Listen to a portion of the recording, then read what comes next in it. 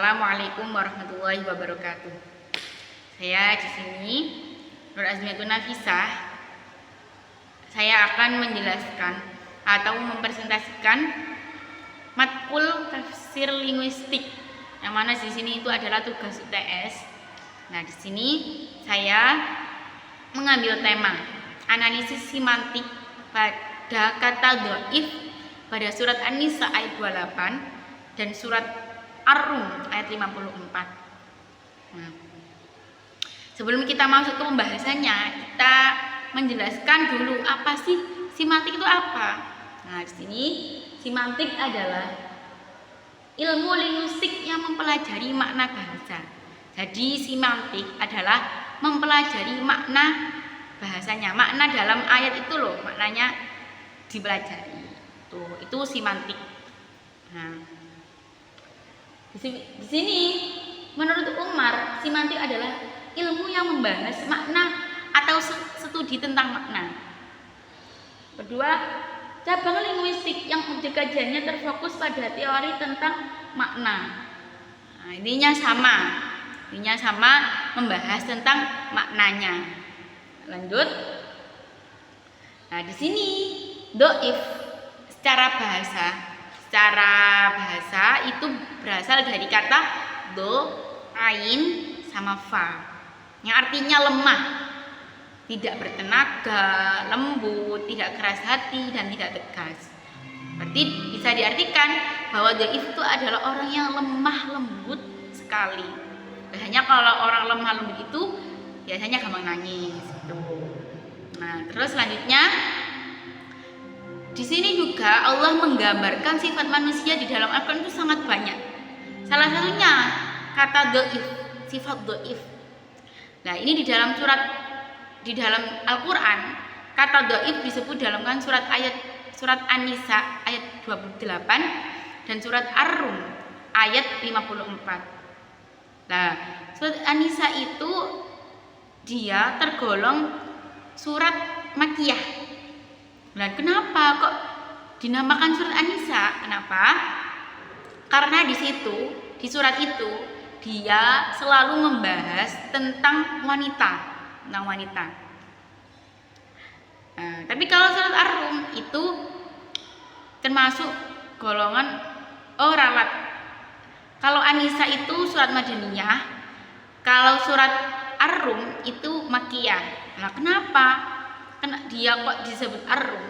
Karena dulu pada zamannya itu menjelaskan ramalan Al-Quran yang menjelaskan tentang kekalahan yang berkelanjutan dengan kebangkitan bangsa Romawi. Itu alasan kenapa kok itu disebut Ar-Rum. Itu makna besarnya dari kata dhaif. Selanjutnya, ini kata dhaif dalam Al-Quran itu ada 2 surat. Yang pertama surat An-Nisa ayat 28 yang berbunyi Bismillahirrahmanirrahim.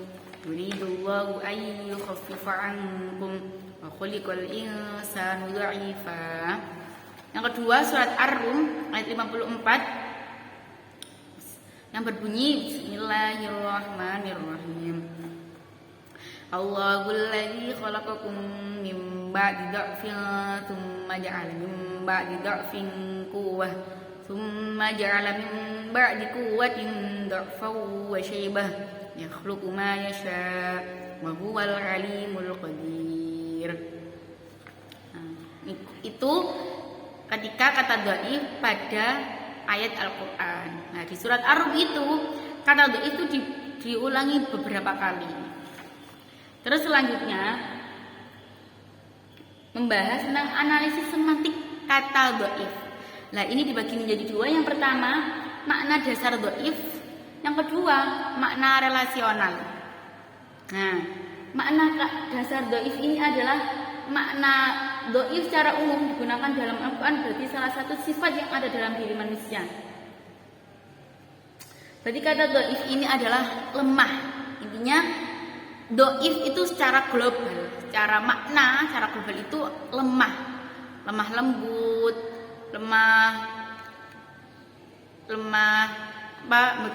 tidak keras hati. Pokoknya dia mempunyai sifat lemah. Nah, yang kedua ini makna relasional.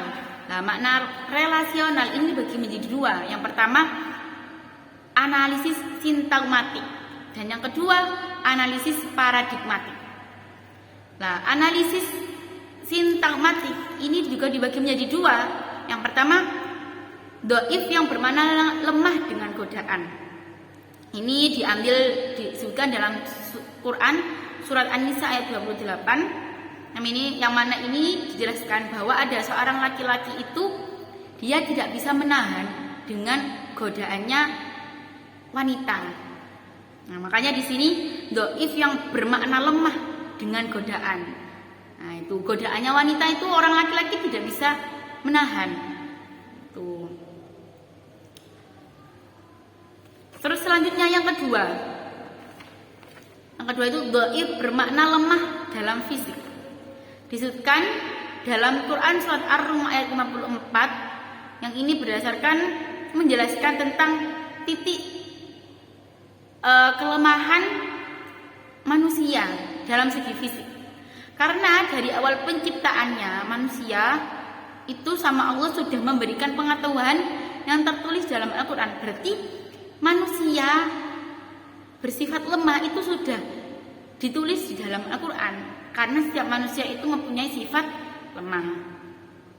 Nah, terus selanjutnya ini analisis yang paradigmatik. Nah, analisis paradigmatik ini juga ada dua. Yang pertama lemah menurut keadaan seorang ibu. Ini disebutkan dalam surat Al-Luqman ayat 14 yang berbunyi Bismillahirrahmanirrahim. Wa wassaynal insana biwalidayhi hamalathu ummuhu wahnan ala wahnin wa fisaluhu fi 'amaini an ishkur li wa liwalidayk ilayyal masir. Yang mana di sini dijelaskan di surat Al-Luqman ayat 14 itu menjelaskan bahwa sifatnya manusia itu adalah lemah. Lakukan dia ketambahan mengandung anak.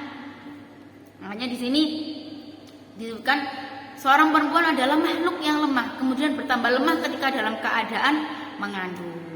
Jadi hubungannya lemah menurut keadaan seorang ibu. Tidak mungkin keadaan seorang ayah, karena yang mengandung ini hanyalah seorang wanita.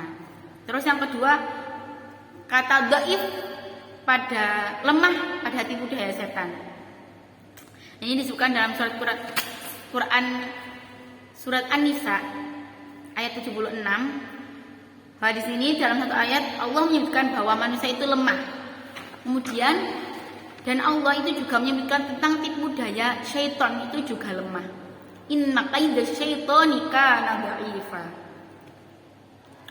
Tuh, ininya dhaif pada tipu daya setan ini juga lemah. Dari penjelasan di atas, kata dhaif dalam Al-Quran terkadang mempunyai makna yang sama dan terkadang juga tidak mempunyai makna yang berbeda, tergantung konteksnya. Dan pada kata dhaif terdapat dalam dua surah yang berbeda mengandung makna yang berbeda pula.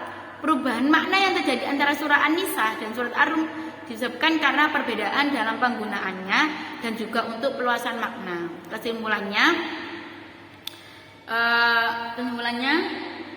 di dalam Al-Quran terdapat kata-kata atau istilah yang sama dalam bentuk penulisan, akan tetapi mempunyai arti dan makna yang berbeda. Sama halnya pun sebaliknya terdapat istilah-istilah berbeda tetapi mengandung arti dan makna yang sama. Seperti halnya temuan dari penelitian ini, yaitu perubahan makna kata dhaif pada keduanya mempunyai kata terkandung dalam surat An-Nisa ayat 28 dan kata dhaif dalam surat Ar-Rum yang mana keduanya mempunyai kata yang sama dengan makna yang berbeda. Tuh, kesimpulannya dari situ.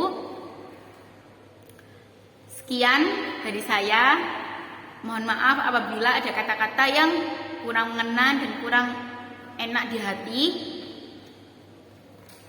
Assalamualaikum warahmatullahi wabarakatuh.